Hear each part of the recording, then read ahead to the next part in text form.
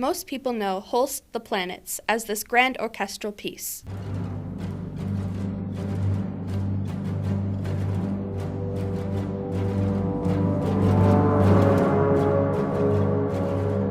However, many people do not know how this piece got its origins.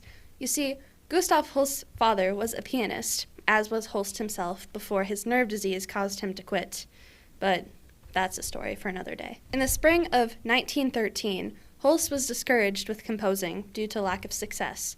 So, to take a break, he decided to go on holiday with his friends in Spain. While there, he began learning more about astrology because of one of his friends. It was because of this that Holst knew he wanted to create a piece representing multiple of the planets. He began composing this at his job at St. Paul's Girls' School in 1914 on the piano there. Due to his background on the piano, composing on the piano was the obvious choice.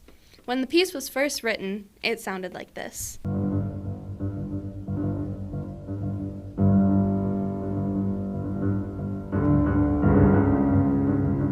Now, it wasn't just Mars that he wrote for the piano. He wrote almost the whole piece for a piano duet. Here are a couple of examples of some of the more iconic moments in this composition, both on the piano duet and on the composition that we know for the orchestra.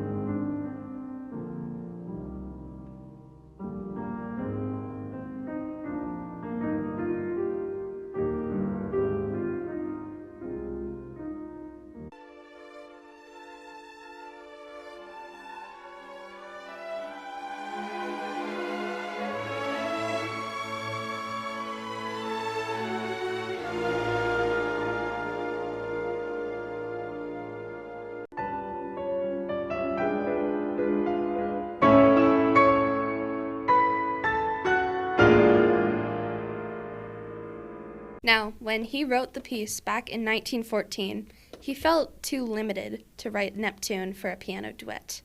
He felt that the piano was too percussive to represent the sound of the mysteriousness of Neptune. Thus, Holst decided to score the piece for an organ. The organ version of Neptune sounds like this.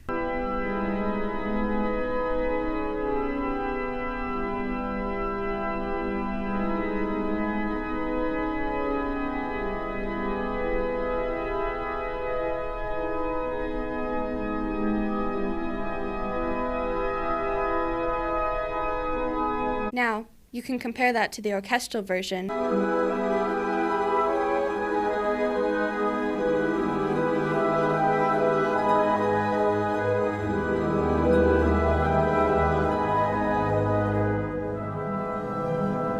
Eventually, Holst adapted the piece to a full orchestral score with the addition of an offstage women's choir and the end of Neptune to add a bit of a mysterious and otherworldly feel. Holst the Planets is one of the most iconic orchestral pieces of music, and it is played throughout the entire world. Personally, I love that we can go back and compare the piano duet versions and the organ version to the orchestral piece that we all know and love today. I think both are amazing in their own rights, but Holst knew that this piece was made for an orchestra.